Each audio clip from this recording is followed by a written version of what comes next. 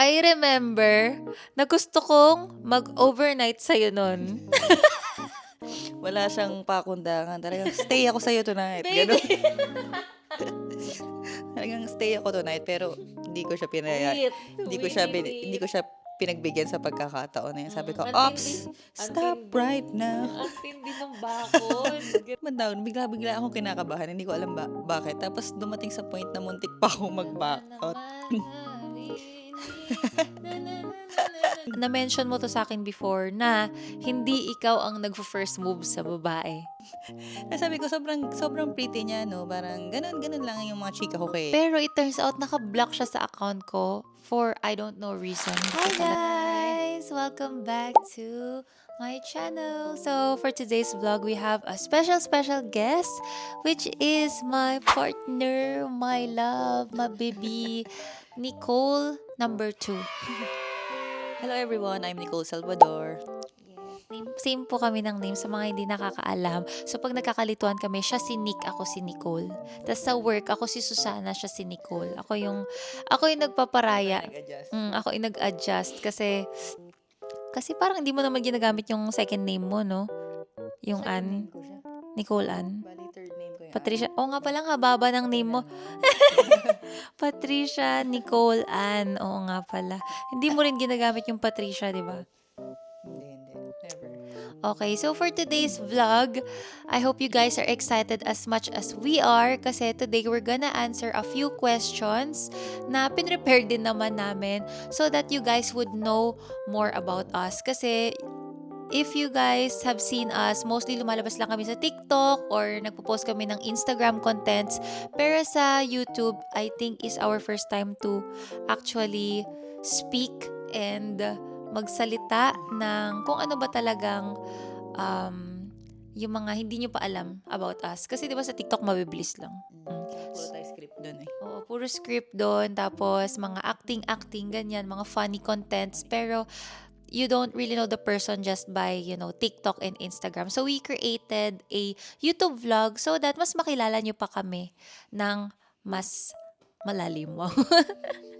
Okay, so anong first question natin? Okay, so first question, how we met? How we met. Mahaba-haba to pero paikliin na lang natin. Okay, ikaw muna. Oh, sige. So, para sa mga hindi nakakaalam, parehas kaming cabin crew ni Nicole. So, how we met, meron kaming common friend na ka-work din namin now. Pero never ko pa siya nakalipad here. College friend ko siya actually. And then, ang nakalipad niya is si Nicole. Parang turnaround flight na ata yun, no? Tapos, that time, parang pinair up niya kami. Kasi hindi naman kami both naghahanap ng partner, that time. Pero parehas kasi kaming single. Tapos, parang ako yung first daw na person na nag-pop up sa mind ni friend. Ito ni common friend namin. Kaya parang naisip niya na parang, uy, bagay kayo, ba't di kayo mag-meet? Total, parehas naman kayong single, ganyan. Parang, give it a try. Ayun. Tapos, ayun, I think tinry niyang ipa-follow ka sa akin. Pero, Instagram. sa Instagram. Pero, hindi ko talaga alam. Hindi ko naman siya kilala before. I don't know her from Facebook or Instagram. Pero it turns out naka-block siya sa account ko for I don't know reason. Hindi ko talaga alam. Ba't ka naka-block? Magkakilala na ba tayo before? Hindi, never Hindi pa pa, rin tayo diba? nagkalipad or nagkasama sa training. So, Never ko pa siya na-encounter. Hindi ko alam kung glitch ba yun ng Instagram. Sa lahat ng pwedeng i-block siya talaga yung naka-block sa account ko. Kasi wala naman akong idea kung sino siya in the first place. So, I was also shocked bakit siya naka-block sa account ko. So, after nun, nung nalaman ko naka-block pala siya, in-unblock ko na siya so we can follow each other on Instagram. Ayan. Sa Instagram talaga nagsisimula ang lahat eh. and then from there, di ba, nagpa-followan na nga kami ni Nicole. Pero, as in, follow lang siya for siguro mga ilang weeks din yung nakalipas. As in, magka-follow lang kami. Wala lang, hindi kami nag-uusap. So, walang nag-make ng first move. Pero, dumating sa araw ng birthday niya, and then ako, nasa layover ako noon. Kasama ko si Dark. Isa siya sa mga guy friend ko dito sa work. Hi, Dark. Hi, Dark. Ikaw talaga yung rason. So, kasama ko siya. Isa sa mga sulsol. Oo. Kasama ko siya sa layover noon. Tanda-tanda ko, Paluanda. Kasi binibid ko siya dati kasi mahaba yung layover, parang 60 hours. Anyway. So, ayun, parang nag-session kami ng konti ni Dark. Parang heart-to-heart talk, ganyan. Tapos, syempre, nagka-konting alcohol, nagkatamaan na, ganyan. Tapos parang na Maling pasasalamat ko sa alcohol na yun kung ano mang alak yun.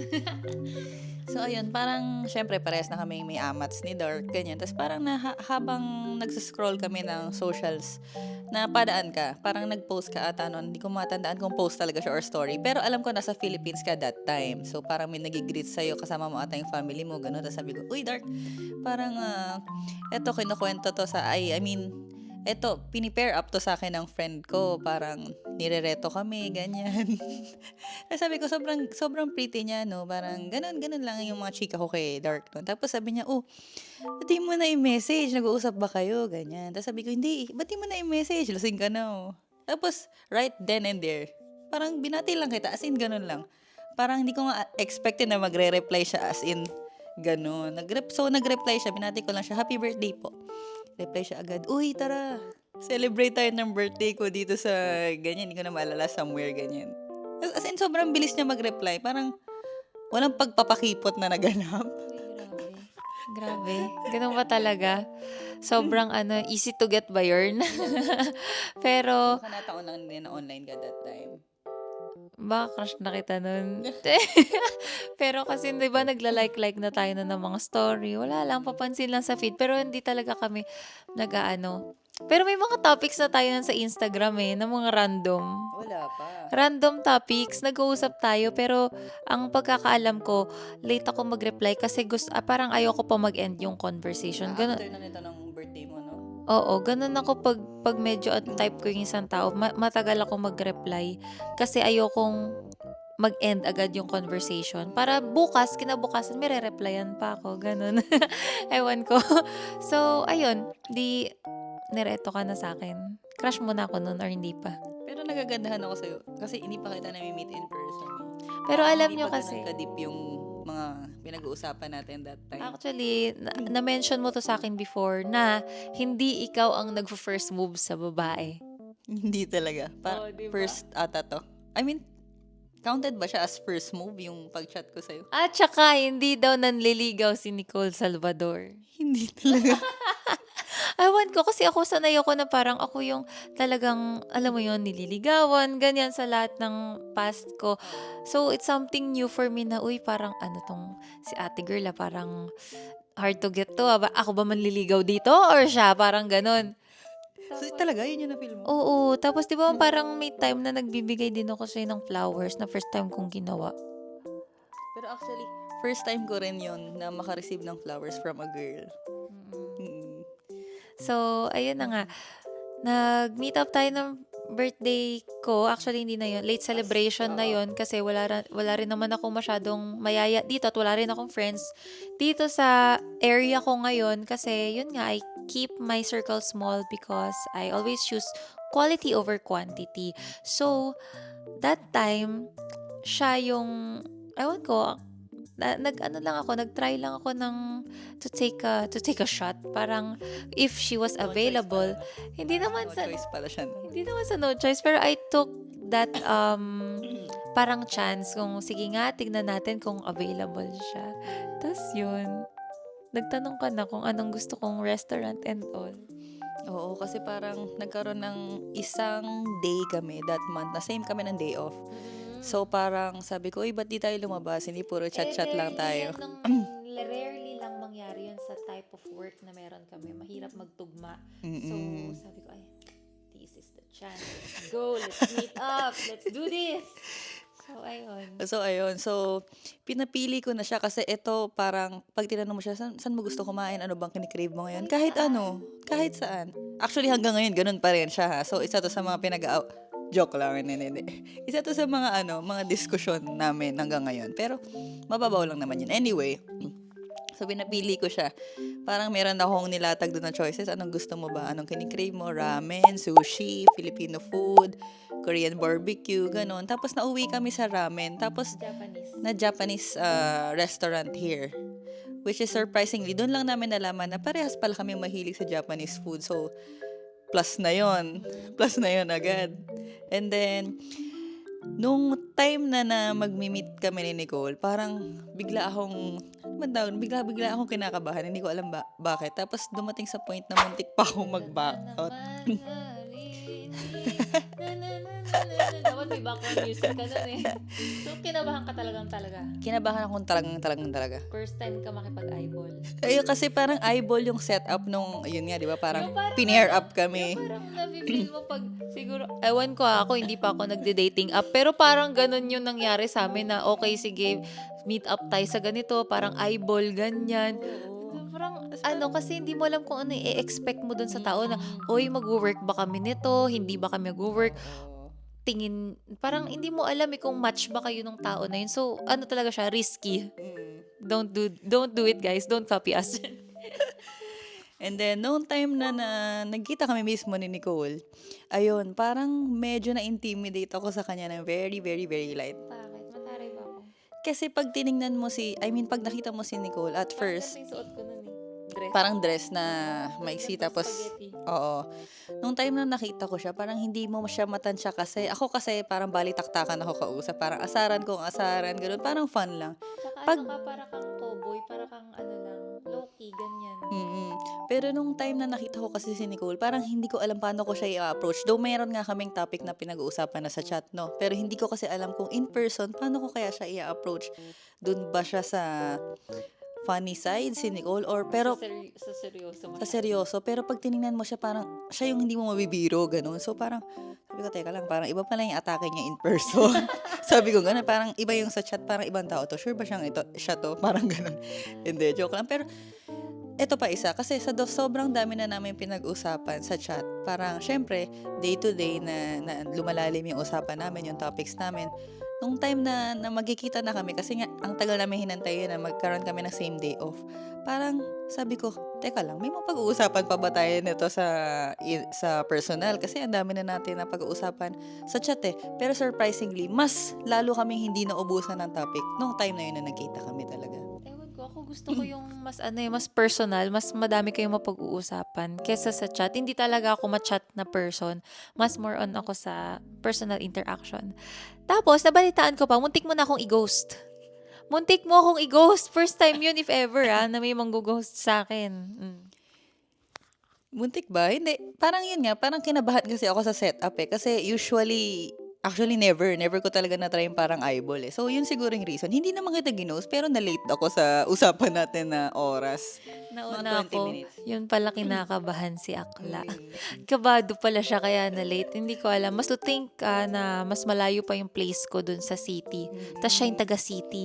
Siya yung late. Ang galing, di ba? Pero okay lang. Sige, nag-intay ako doon and then she came. Hindi masyado madami yung na-order ko kasi nahiya akong order. So, pag uwi namin, galing sa date na yon, bigla niya sinabi sa akin, uy, parang gutom pa rin ako. Sabi ko, bakit kumain naman tayo? Ganyan, parang, hindi ko ba nagustuhan? Tapos sabi niya, ang totoo niya, nahiya kasi ako. Parang, nahiya kasi ako umorder pa more than dun sa in-order niya that time. Kasi, ba't nga ba nahiya ka nun? Kasi nga nahiya ako kasi ayoko madaming kainin. Tsaka ang mahal nung place and nahihiya ako kasi nag-insist ako magbayad nun pero I remember you paying the bill. Kilig. Ewan ko, kinikilig ako pag ganun. Parang pag tinitreat ka sa ganyan. Ewan ko, yung mga small gestures na ganun, na-appreciate ko talaga na nagdala din siya ng gift pala nun. May pa-chocolates siya. So, kahit na hindi naman niya ako kilala personally, na-appreciate ko yun na may pa-gift ka pa. So, ayun na nga. After nung kumain tayo, nag-inom-inom tayo, medyo tinamaan ka that time. Pero tuloy ang laban. Nakipag-karaoke tayo dun sa mga friends mo. And then, I remember na gusto kong mag-overnight sa'yo nun. 'Di ba? Ang galing, 'di ba? First meet tapos overnight agad. Ganun tayo. Talagang wala Ganun siyang, kabilis. wala siyang pakundangan. Talagang stay ako sa'yo tonight. Baby. Ganun. Talagang stay ako tonight, pero hindi ko siya pinaya. Sweet. Hindi ko siya pinagbigyan sa pagkakataon na yun. Sabi ko, Ang Ops, tindi. Ang stop tindi. right now. Ang tindi ng bakod. Grabe. Mana, Talaga. Ops, hanggang dyan ka lang. Hindi, ano ba yun? Parang expose ako. Parang ako talaga yung Gina G dito, ah. Ako talaga yung may crush na crush talaga, ah. Pero ayun nga, hindi naman sa may gusto kong mangyari that night. Uy! Pero, uy! Nahihirapan kasi ako umuwi. Ang layo ng bahay ko, eh. Ah, etos. Pero hinatid naman kita kahit hindi kita Oh, ayun. pinayagan. So, ayun na nga. Stay. Hinatid niya ako. And then, after noon, chat-chat, ganito, ganyan. Nagtagal kami ng 2 months na hindi kami, pero parang kami. Ang gulo, di ba? Pero kasi, knowing Nicole, one of the things na I liked about her is, aside from her being family-oriented, she sets her boundaries sa mga taong tinatanggap niya sa buhay niya. Kasi, yun nga, is it okay to open up din sa kanila na we both came from a failed relationship. So, I know it took her some time to rebuild herself kung ano man yung meron siya ngayon. So, as much as possible, I understand her side na she's trying to protect kung ano yung iningatan niya ng ilang years. Kaya hindi niya basta-basta, pinapapasok yung mga tao sa buhay niya. And that time kasi, I'm the type of person na kapag gusto kita, gusto kita. Gusto mo rin ba ako? Ang tanong. Parang ganon. Kasi nga, yung ginagawa na namin was parang tayo na. So, I was asking her if, do you plan to take this on another level or we're just gonna stay as is? Kasi ako, I don't want to waste time, effort, money. So, that time, I appreciate her na she really took yun nga, time to get to know me first bago maging kami. So, ayun. Tama si Nicole. Hindi sa ayaw ko bigyan ng label eh. Kasi totoo naman na parang couple na. Lahat ng ginagawa namin pang couple na. Pero sadyang wala lang label at that time. Hindi naman sa ayaw ko bigyan ng label. Pero para bang gusto kong dumaan sa tamang process na pagkinanlan ng lahat ng part ng buhay nating dalawa. Kasi sabi mo nga, parehas tayong galing sa failed relationship at ayaw kong maulit. Parang ayaw kong masayang kasi parehas nating gusto yung nangyayari, pangit yung I mean, kung ano yung meron tayo that time, parehas nating gusto at ayaw kong maput into waste. Yun lang yun.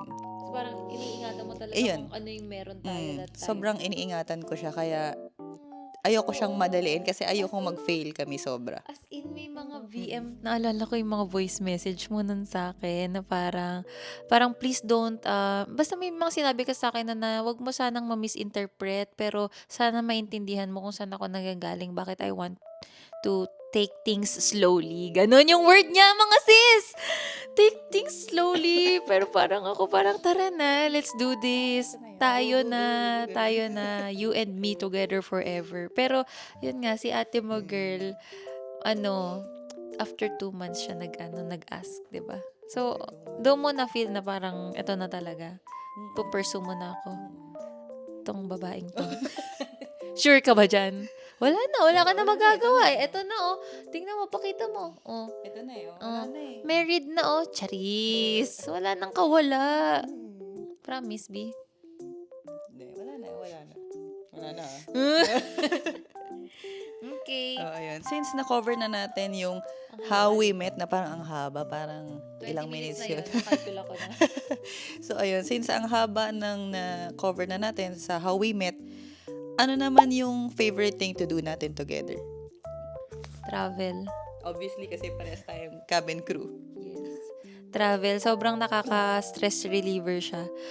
For me, ha. Tapos yung part na pinaka na-enjoy ko yung nakakatrabaho kita. Recently lang ha. Kasi, di ba, kakabalik ko lang. Tapos, ang saya pala. Pero sabi nila hindi daw maganda ka-work ang jowa. Pero for me, na-enjoy ko siya. Tsaka hindi naman tayo nagkakaalitan on board. At wala ding selosan na nangyayari. Kasi yun ata yung mostly problema ng couple pag nila, workmate nila or whatsoever. Nagkakaroon ng selosan. Pero sa amin naman walang ganun. Yun yung maganda sa amin. Tsaka, lalo kapag mahaba yung flight na ginagawa namin, kahit gaano kahirap yung flight, kahit gaano ka-challenging, ang sarap lang sa feeling kasi meron kang Nicole, hindi, meron kang partner na, alam mo yun, nakasama mo, na mas feeling mo gagaan yung trabaho kasi anytime merong nandyan para sa'yo, ganun din naman, parang vice versa. Tulungan lang kayo, as in, ganun lang. Tapos, magkabahay pa tayo. Ayun. House tour soon. Okay, next question. How do we balance work and relationship? We fly together. We fly together. We work together. We travel together. Actually, travel talaga. Oo. It helps a lot sa relationship. Doon din matitest yung patience nyo. Yung pagpaplano, yung pagbabudget, yung pag-navigate. Sobrang feeling ko, if may karelasyon kayo, at least, if you have the money, the leisure time to travel, i-push nyo na. Kasi dun mo mas makikilala din yung partner mo, di ba, Bi? Pero sa atin walang problema, no? Sobrang na-enjoy natin. Pero, may mga times na rocky road, pero namamanage naman natin. And through the process naman, parang mag-grow naman din kayo together as partners eh. Yung immaturity at saka mga lapses, once na pag-uusapan, na-improve naman somehow. And nakikita ko yun sa relationship natin na kahit dumadaan sa rocky road, na-improve naman siya with the right communication. What is it like working in the same company? So, happy siya, but at the same time, challenging. Kasi for us na cabin crew, parang ang hirap kahit nasa isang bahay kaming dalawa. Ang hirap pagtugmain ng schedules namin. Hindi na tayo nagkikita. So, parang most of the time, ang nangyayari is pag paalis na ako for a flight, kararating lang niya o minsan hindi pa kami nag-aabot. So, minsan may time na makikita kami sa airport. As in, 5 minutes lang yun. As in, hi, bye, ganun. Pero happy kasi nga you get the chance to travel with your partner. 'Di ba? Parang ginawa na natin yung parang panata ba? Ano bang English ng panata? Anyway, so parang every month, at least one flight together. Happy na kami doon. Make sure na meron kaming isang lipad together. And, ayun nga, ang saya na parehas kayong flight attendant kasi naiintindihan nyo din yung isa't isa, yung mga rants nyo parehas, yung mga experiences nyo same, nagkakaintindihan kayo ng mas maigi. So, moving on to the next topic. So, I see here about family. So, how does your family react when they found out about us?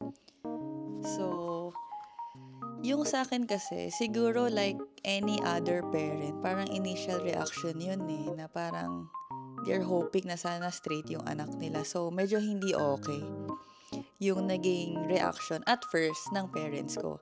Pero eventually naman, parang nakikita ko naman na natatanggap nila, pero it will take time to process.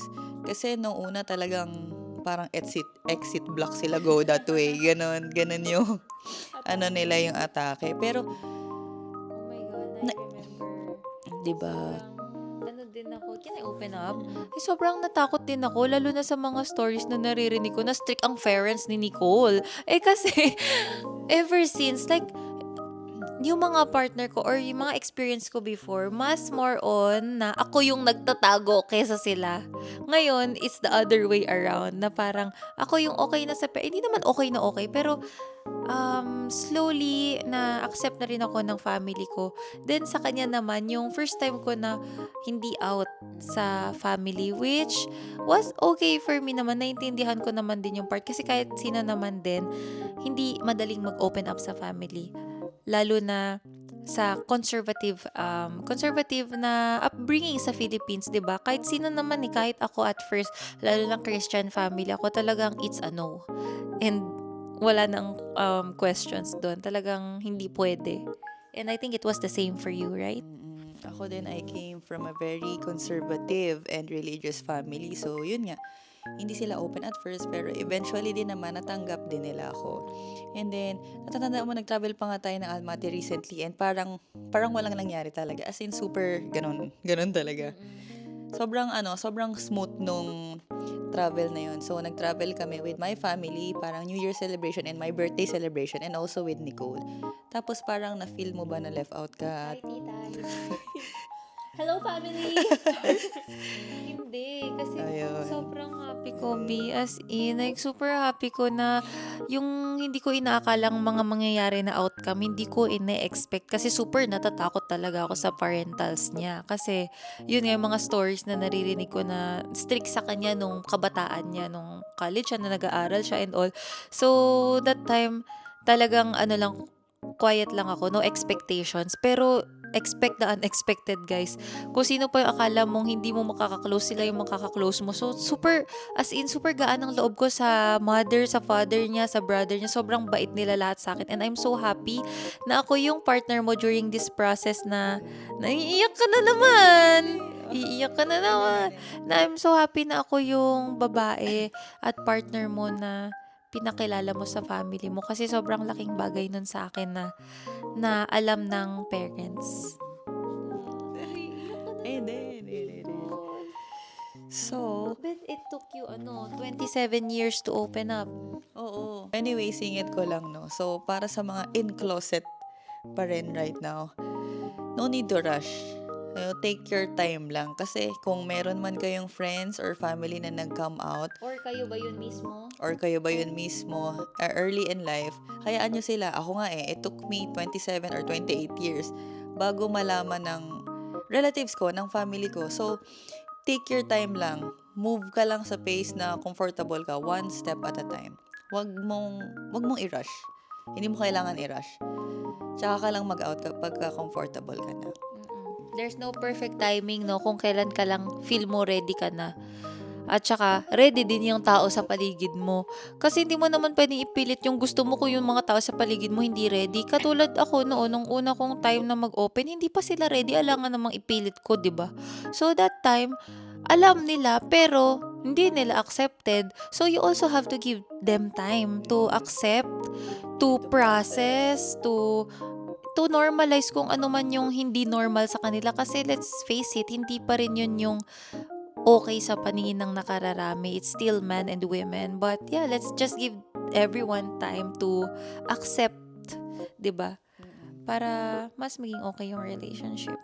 Yeah, At saka, ang hirap ng tinatago talaga. I can feel for those who haven't opened up yet. So, just be prepared lang sa initial reactions nila in case na dumating na sa time na ready na kayo mag-come out. Understand them. Maaring supportive yung iba, yun nga yung iba, it will take them time to process. And yung iba naman will not support you at all. Pero normal yun. Basta just be ready and it will help you a lot kapag ka ready kayo sa reactions nila. Who was more nervous about introducing each other to their family? Ikaw ata. So, feeling ko ako, obviously, kasi nga, nung una ko siguro napakilala si Nicole sa parents ko is as a friend. Pero hindi pa nila alam kasi that time no na kami na in a relationship na kami. So, yun siguro yung reason ba't ako kinakabahan nung time na i-introduce kita ulit. Nung nandito sila, pero as girlfriend na. That time parang medyo nakaka-guilty din kasi hello, parang kang nagsisinungaling sa harapan ng di ba? So, that time hindi ko alam kung mahahappy ba ako na pinakilala ko or ano ba, magigilty ako kasi nagsisinungaling kami. So, I'm so happy na ngayon dumating na yung time na we don't have to fake it till we make it. Charis. We don't have to fake it just to feel na temporarily okay ka, kunyari, sa pamilya. Pero, mas okay yun nga, yung alam. Pero, yun nga, wag nyo din i-rush yung partner nyo kung hindi kayo na-open up or kung hindi pa out yung isa. Don't rush them kasi may kanya-kanyang timing yan. Ayun, ako naman sa part ko, initial reaction nila, hindi sila natuwa, obviously. Kasi, kung hindi nyo pa alam, ang dami ko nang relationship noon na failed. So, ayaw lang din nilang masaktan ulit or magkaroon ulit ng painful experience yung anak nila. So, I understand also where they're coming from. Kung bakit ayaw din nila akong magka-relationship that time. Parang gusto nila akong mag-break muna nun eh. So, parang pinaprotect ka lang din naman nila at that time. Pero wala eh. Subok lang. Tigas ulo eh. Subok lang na subok, 'di ba? Kasi you never know, not unless you try. So ako sa pag-ibig, I always open up my heart, my mind, my soul, my body. Ano ba? Be, ano ba yun? Kailan ba maseseryoso tong vlog na to? Ewan ko, basta ako, hindi ako kasi natatakot magmahal eh. Parang, ano lang, mahal lang ng mahal. E di kung mag-fail, eh di, try ulit. Parang ganon, move on. Past is past. Pero kasi ikaw, iba ka. Alam ko, ikaw nag-take a break kayo, di ba? Ilang year kang single? 1 year din, no? 1 year ka ding single. Ako naman pagtapos na, move on, ganun. Tuloy ang buhay kasi hindi titigil yung mundo mo just because of a painful heartbreak, just because of a person na nasaktan ka. So, ayun. Tuloy lang buhay, ganun. Have our families ever met each other? How did it go? Hindi pa po. Hopefully soon. Next month? Well, actually, hindi pa nag-meet yung family namin together. Pero, na-meet na namin yung family ng isa't isa. Multiple times. Lalo na yung sa kanya. Kasi parang laging nag-visit dito sa amin. Pero, this December kasi, nag-plan kami ng leave together. Basta i-work out namin yon kung paano yung mangyayari. And hopefully, mapapunta namin or kami yung pupunta doon sa Philippines para mag-vacation. And then from there, sana mapag-meet natin yung families natin together. Ayun. Okay, so naming usapang family. Kasi family first. Family first. Family is important. And dapat kahit nasa relationship kayo, never nyong kalimutan yung pamilya nyo. Kasi without that person, without your partners, yung pamilya nyo, nandyan na yun. Iwanan ka man ng lahat, yung pamilya mo, nandyan lang. Iiyak na yan. Iiyak na yan. Medyo lang. Uy, mother, pag napanood mo to baka naman. Pero, kasi kaming family-oriented. oo, parang, ay, na-experience ko talaga yan. Ilang heartbreak. Kahit man iwanan ka ng lahat ng tao, yung pamilya mo nandyan lang. So, wag mo silang baliwalain. I-understand nyo sila kung maging pangit man yung reaction nila sa mga desisyon nyo sa buhay, normal yun. Pero still, dapat mahal pa rin natin yung parents natin. So, ayan. Ending questions na mo. Baka magkaiyakan pa tayo dito. So, ito na. Last 3 questions. Do we act differently when we're around family? So, ako kasi hindi eh. What you see is what you get. So, kung paano ako makikita ng friends ko, ganun din ako sa family. Wala akong tinatago. Lalo ngayon na legal na kami ni Nicole. Nakita ko yan nung paano mo itrato yung mommy ko din. Kasi ganun mo din itrato yung mom mo. Doon mo makikilala yung tao. Kung paano niya itrato yung family niya, dapat ganun din siya sa family mo. And doon ko nakita na talagang love mo ko. At doon ko nakita kung gaano siya kagrabe magmahal sa parents niya. Kasi kung sa ibang magulang, napapakita niya yun, what more sa family mo, di ba? Which is ganun ka din naman. Minsan feeling ko, sutil akong anak eh. So, do we tell our families where we go or do we keep it private? So, oo. Lalo kapag meron kaming travel together or kahit individual layovers namin, ako ang ginagawa ko, kung sobra mang haba ng flight ko, hindi ako makapag-update sa kanila on board or basta in between duty. Ang ginagawa ko is nagbibigay ako ng flight number. Para kasi, ang brother ko kasi ang mahilig mag-track sa akin. Parang sasabihin niya kay Mama Ariel, Ma, nakaland na si ate, ganun. Para pag busy ako, halimbawa, minsan kasi may time, di ba, na sobrang bagsak tayo sa flight, sa duty, lalo pag mahirap. Parang at least alam nila na nakaland ka safely. By dun sa pag-update mo sa kanila. Kahit simpleng update lang, ganun. Pero alam nila, every time may pupuntahan kami, alam nila. If they only knew how much gusto namin sila kasama talaga in every travel we make. Sa dami ng lugar na napupuntahan namin, how we wish we could always bring our parents talaga. Na sana palagi natin sila kasama habang nakikita natin yung magagandang places. Like recently, nasa Canada kami sa Niagara Falls. Sana lagi namin na pag-uusapan, sana kasama natin sila mama, sila papa dito, ganun. Ganun tayo eh. Oo. Pagka meron kami pinuntahan ni Nicole na kahit saan pa yan, especially, Always include. oo, Hindi man mangyari ngayon, pero sana soon. oo. Parang sa isip-isip namin, paano kung dali natin sila mama dito? Yung mama mo, paano kaya kung ganito? Parang, alam mo yung... Pino-foresee mo na. Oo, pino-foresee namin na parang ganito yung gagawin namin. Kasi, as much as we can. Bia, sawain na kita. Charis. Hindi nga. Hindi, seryoso, tanga. Kaka-turn on. Diba? Parang ang sarap din kasi sa feeling, lalo pag ikaw yung may kapasidad na i-travel sila, diba? Hanggat kaya mo. Parang ang sarap din na mai-travel mo sila. Kagaya ng nai-travel mo yung sarili mo. Ayun. Yun din yung hanga ako dito. Grabe. Grabe kung saan niya dinadala yung family niya. Super nakaka-proud. Kasi ako kahit ako hindi ko pa nagagawa yun as of now. Sana soon. Pero I'm very proud of you sa all the things that you do for your family. Oh, ayan pa. Ano pa next? Last question. Last question. Who in our families is the most protective of us?